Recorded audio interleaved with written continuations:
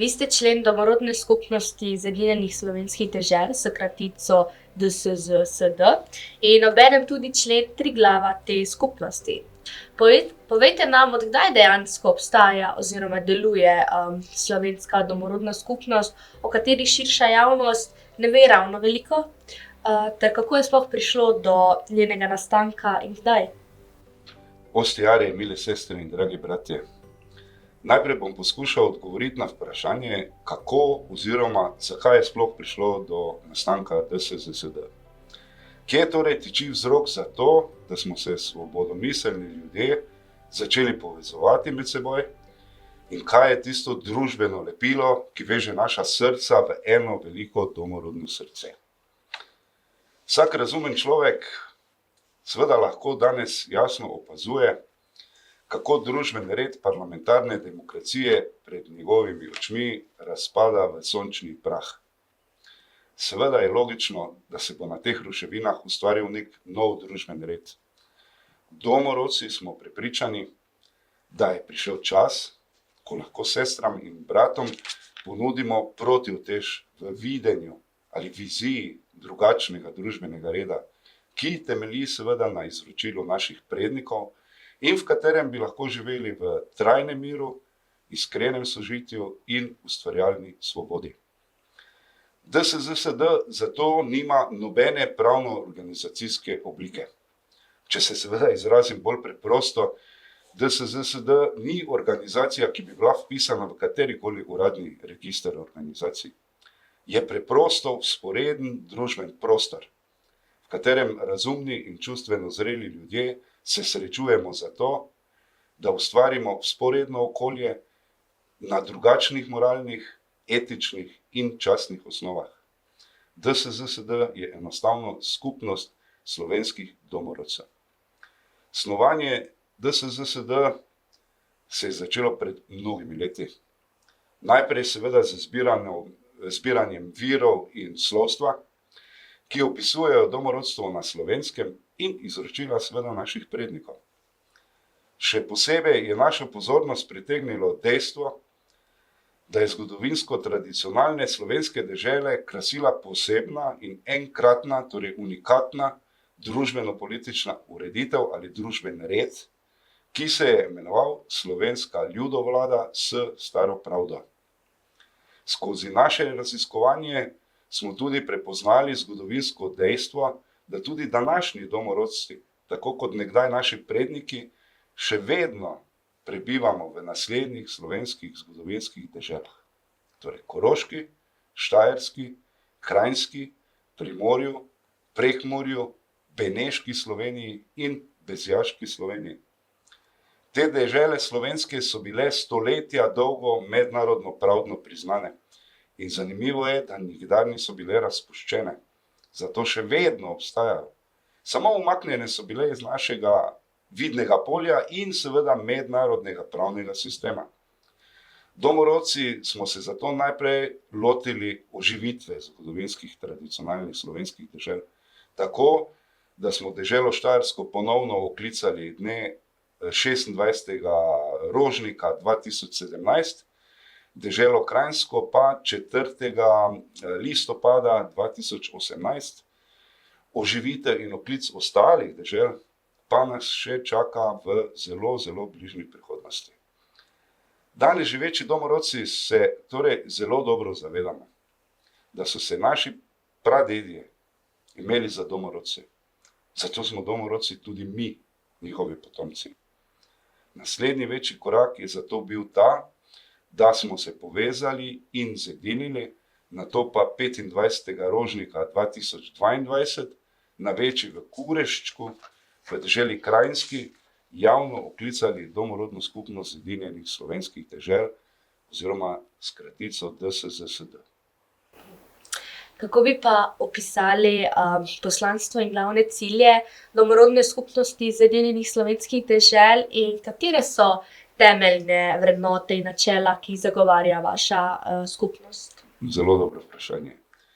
Na zgornje vprašanje seveda bom poskušal odgovoriti zelo strnjeno. Obširnejše razlage lahko najdete na spletni strani Domorodne skupnosti.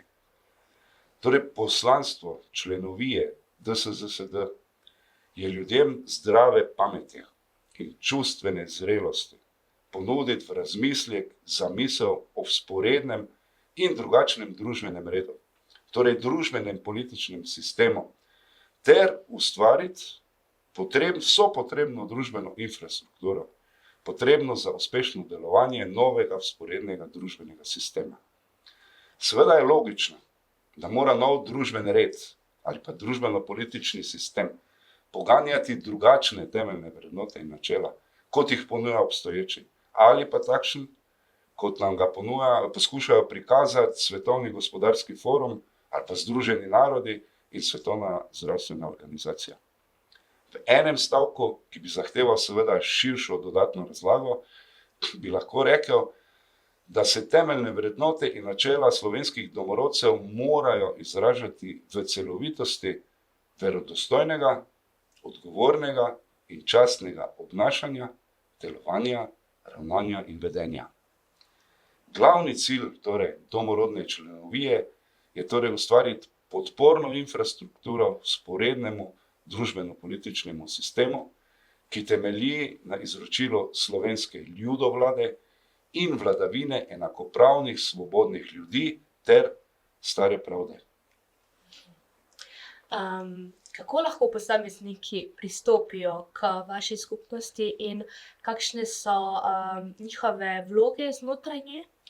Zelo dobro vprašanje, ki mu bom podal zanimiv odgovor. Pristop k neki skupnosti moramo gledati iz dveh družbenih vidikov. Prvi vidik je pravni vidik. Kadar posamezniki pristopajo k neki skupnosti, ki je organizirana v pravno-organizacijsko obliko, naprimer društvo ali pa zadruga ali pa verska skupnost ali politična stranka in tako dalje, potem se takemu pristopu k skupnosti reče včlanjenje in posameznik postane član te skupnosti.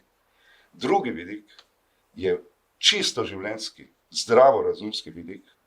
Kadar posamezniki pristopajo k neki skupnosti, ki je organizirana izven sistematiziranega pravnega reda, kar seveda ne pomeni, da je takšna organiziranost protipravna, potem se takemu pristopu k skupnosti reče včlenjenje in posameznik postane enakopraven in svoboden člen take skupnosti in ne član. Pristop posameznika v domorodno skupnost se zato opravi s pristopno izjavo, ki je pravzaprav lastnoporočno podpisana izjava o dobrih namenih, bolj kot pa nek formalen postopek včlanitve. Vprašali ste me tudi o tradicionalnih vlogah znotraj družbeno-političnega sistema ljudovlade in stare pravde, ki pa so seveda zelo jasno opisane na spletni strani. Bolj pomembno kot to, da bi jih sedaj opisoval, je povedati, da te družbeno-politične vloge v domorodni skupnosti še niso podeljene. Družbeno-politični sistem slovenske ljudovlade in stare pravde je namreč v stopnji razvoja. Kakega razvoja? Razvoja potrebne družbene infrastrukture, torej podpornega mehanizma, ki bo omogočil, da enaki med enakimi izberemo predstavnike, ki nas bodo lahko navzven, pa tudi navznoter legitimno zastopali. Na tej stopnji razvoja domorodne skupnosti, torej enaki med enakimi in vsak po svojih najboljših močeh prostovoljno ustvarjamo podporni mehanizem drugačni, sporedni družbeno-politični ureditvi slovenske ljudovlade s staro pravdo. Na vaši spletni strani Domorodna skupnost imate lepo razdelana in predstavljena številna zanimiva dejstva in informacije o slovenskih domorodcih. V oddelku Pravda dejstva imate objavljen razpis Razglas Združenih narodov o pravicah domorodnih ljudstev. Zakaj točneje pri tem gre in kakšen vpliv ima ta razglas na slovenske domorodce? Hvala za vprašanje. Najprej je potrebno povedati, da je mednarodna skupnost vložila veliko napora v prejšnjem stoletju, da je velika večina držav kimavca 2007 ta razglas za domorodna ljudstva izjemno pomemben mednarodni pravni instrument sprejela. Celotno 20. stoletje je namreč so na mednarodnem polju potekala pogajanja o vpisu skupinskih, kolektivnih domorodnih pravic v skupni dokument, kar je posebnost bila, ker takšne skupinske pravice niso bile zapisane nikjer predtem. Ne nazadnje so pogajanja samo o sprejemu tega razglasa oziroma deklaracije trajala skoraj 20 let. Razglas Združenih narodov, torej o pravicah domorodnih ljudstev v določbah ali členih, zelo podrobno opisuje celo paleto domorodnih pravic skupinskih, med katerimi so nekatere tudi za slovenske domorodce izjemno zanimive. Med njimi naj omenim dve, ki po našem mnenju izjemno izstopata. To sta pravica samoodločbe in pravica avtonomije oziroma samovladanja.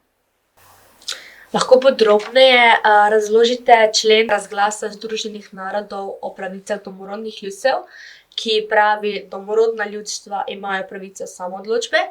Na podlagi te pravice svobodno določajo svoj politični status in si svobodno prizadevajo za gospodarski, družbeni in umični napredek. Morda še v povezavi z členom, ki se glasi: pri izvajanju pravice samoodločbe imajo domorodna ljudstva samostojno avtonomijo ali samoobvladanje v zadevah, ki so vezane na njihove notranje in lokalne zadeve, kot tudi pravico poti in sredstev za financiranje njihovega samoupravnega delovanja.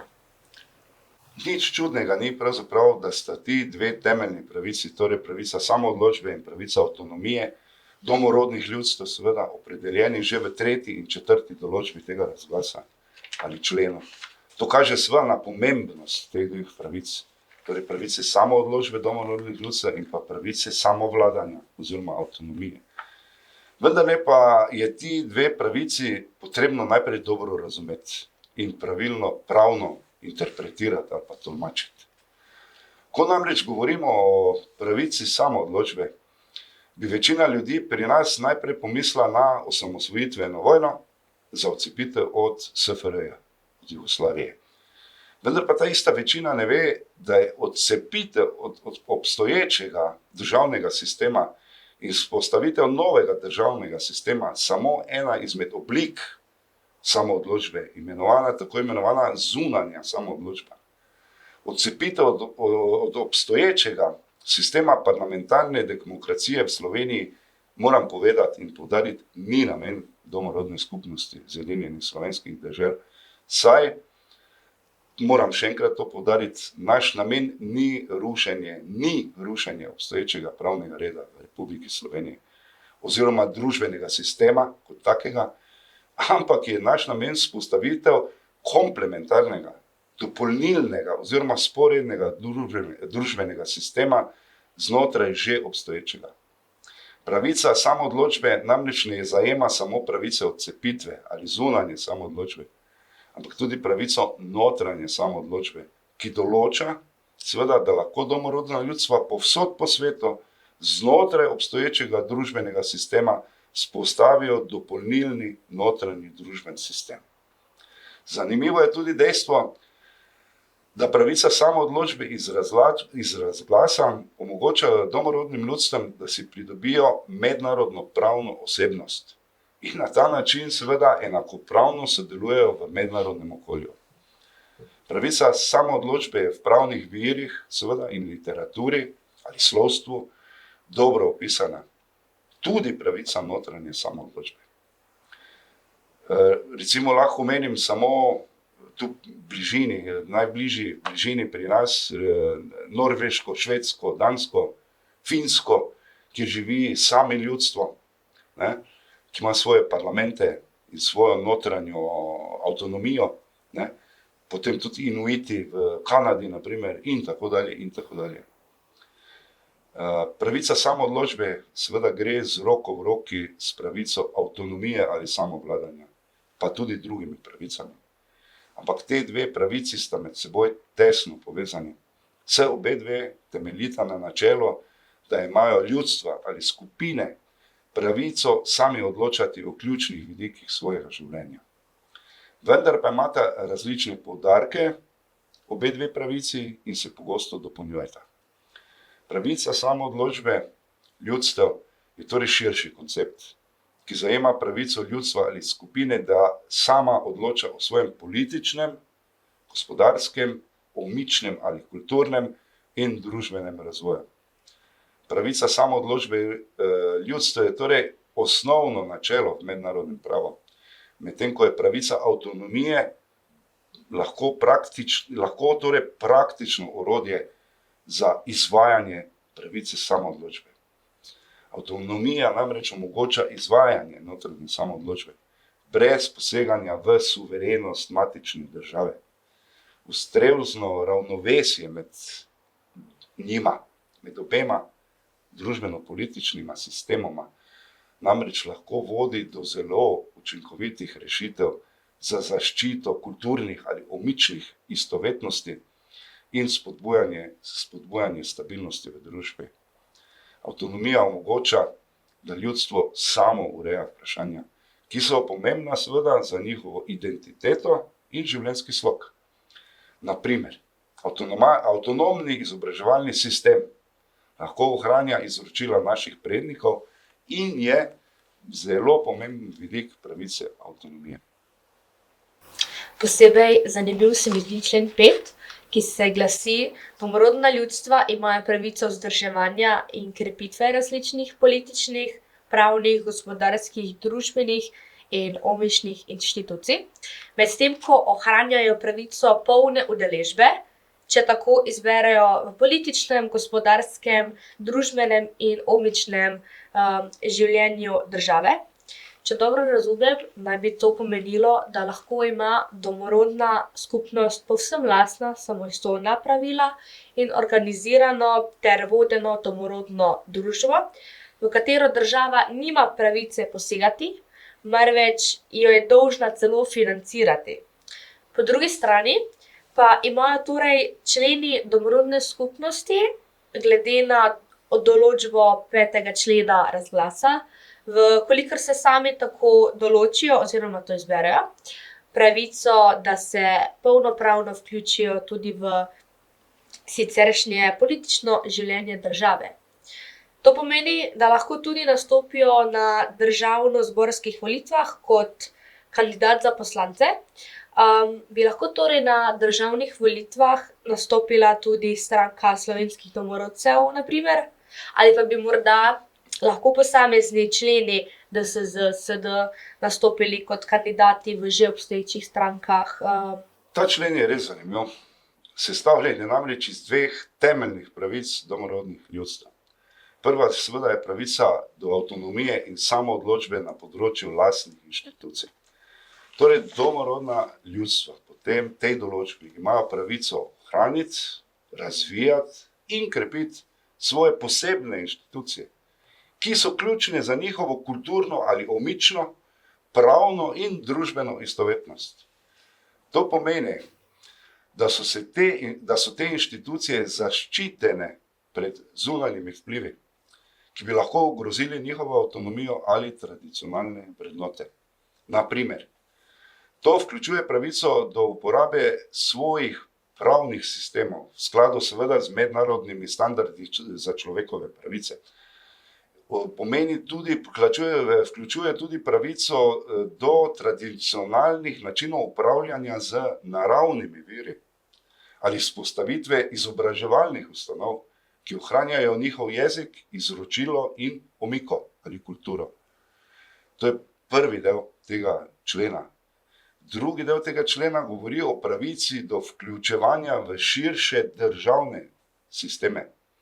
Torej, po tem delu tega člena ali te določbe imajo domorodna ljudstva seveda pravico sodelovati v političnem, ekonomskem, družbenem in kulturnem življenju države, če se seveda za to odločijo.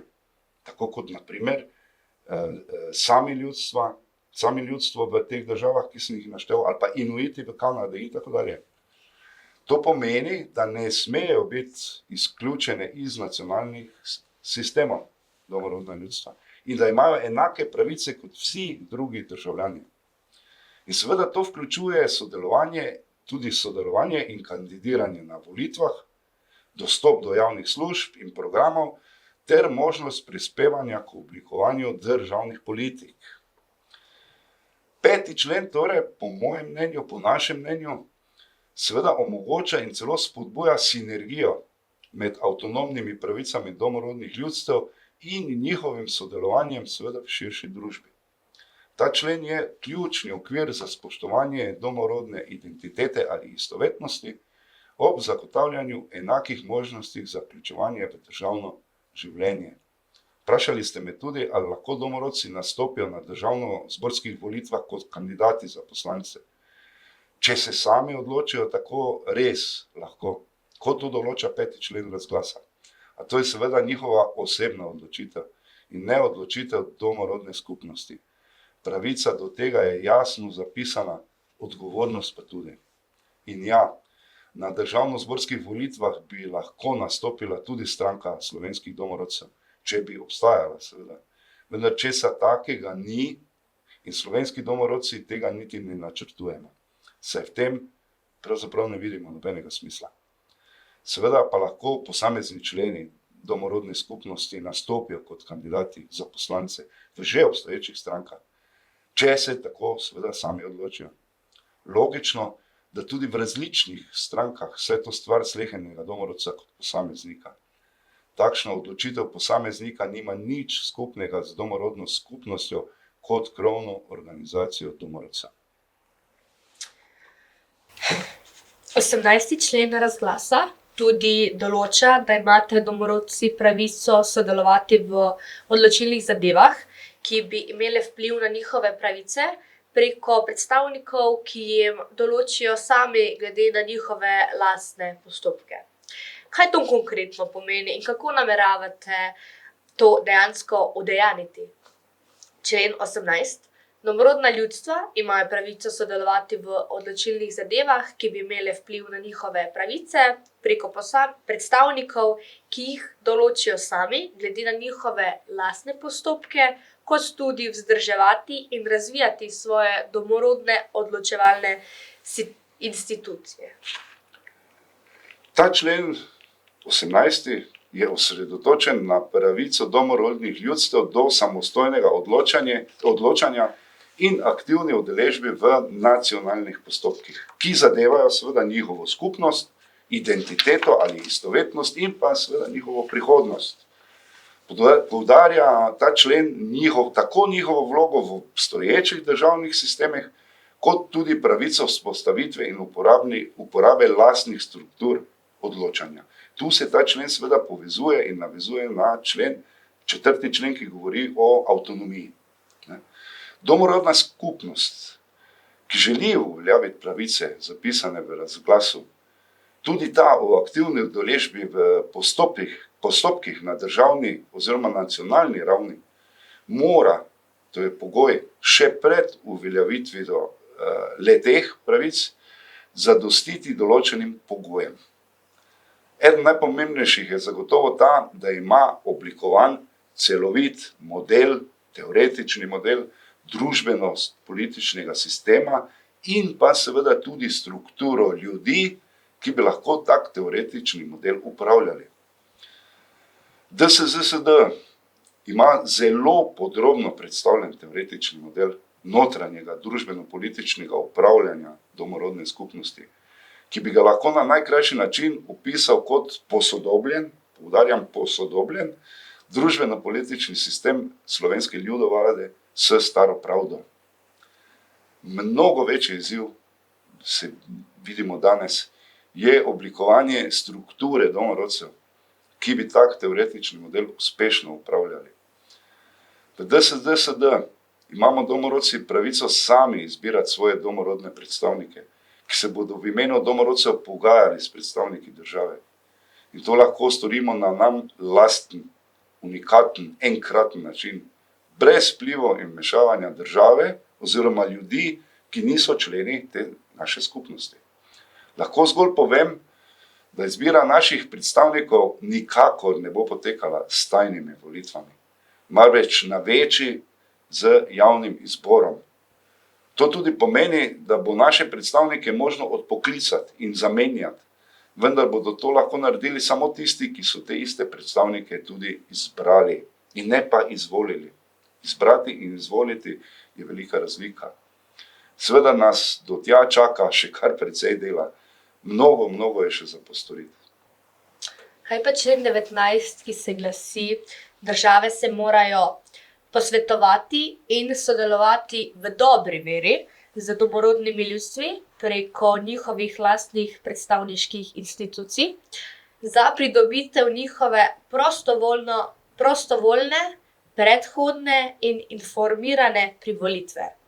Preden sprejmejo in izvedejo zakonodajne in upravne ukrepe, ki bi lahko vplivale nanj. To dejansko pomeni, da država brez predhodnega informiranja in tudi privolitve vas, domorodcev, sploh ne bi smela sprejemati zakonov, ki bi lahko vplivali na vas. Vemo pa, da dejansko skoraj vsak zakon tako ali drugače vpliva na ljudi, torej tudi na slovenske domorodce.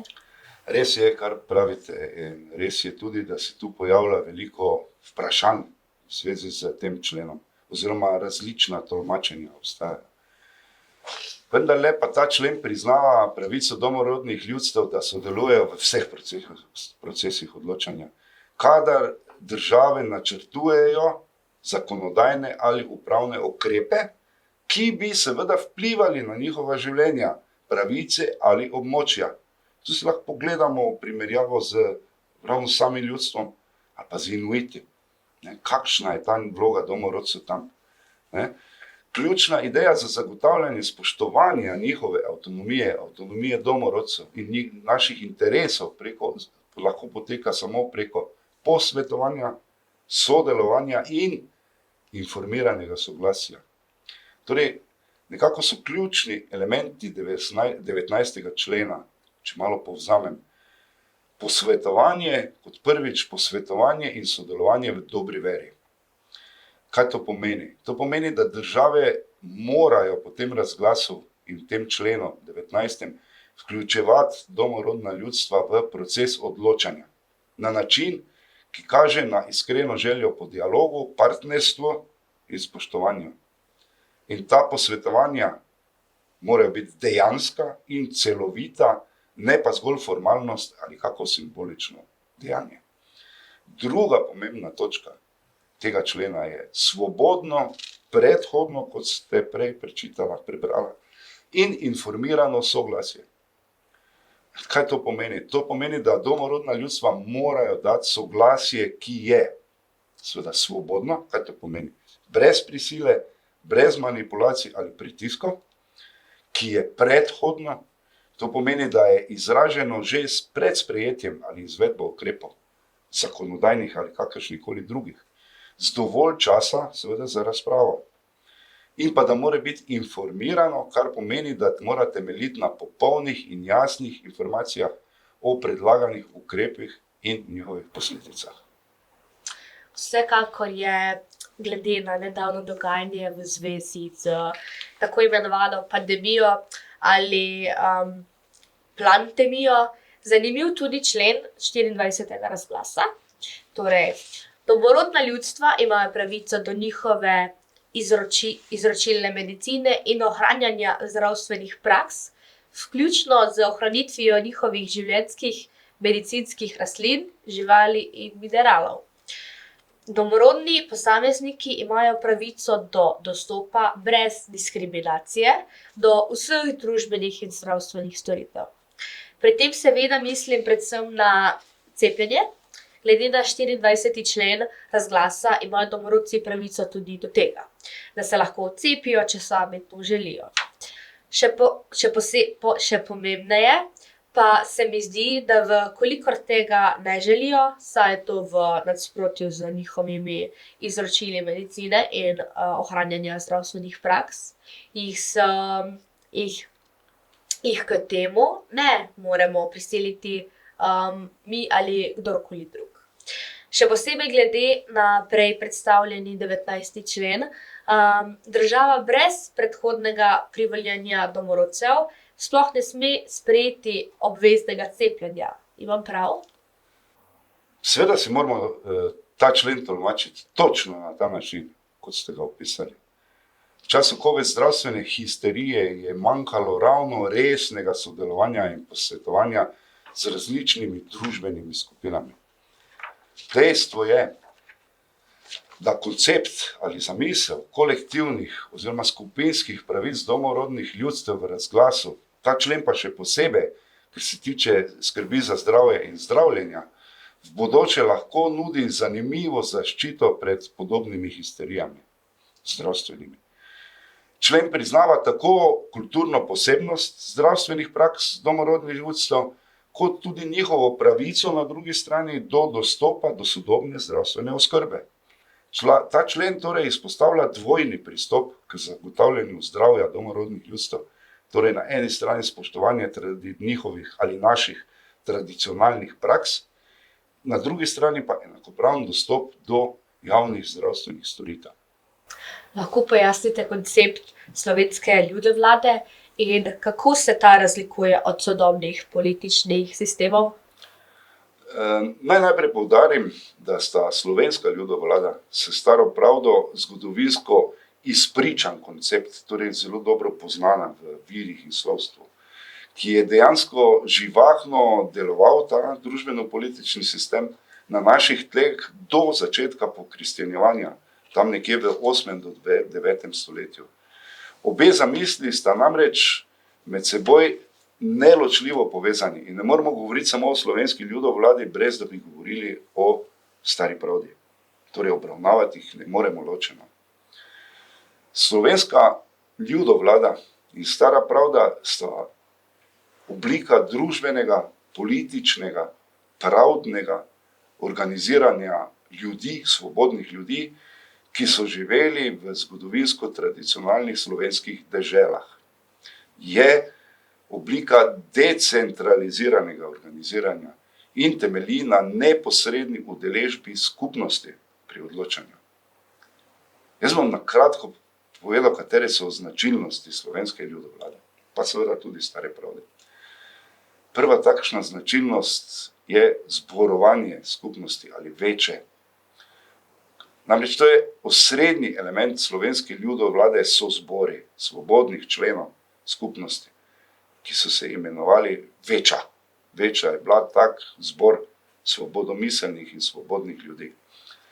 Veče so bile namenjene odločanju o skupnih zadevah, kot so na primer pravdni spori, vojni ukrepi, razdelitev skupnih naravnih virov in pa seveda logično izbira voditeljev oziroma zastopnikov.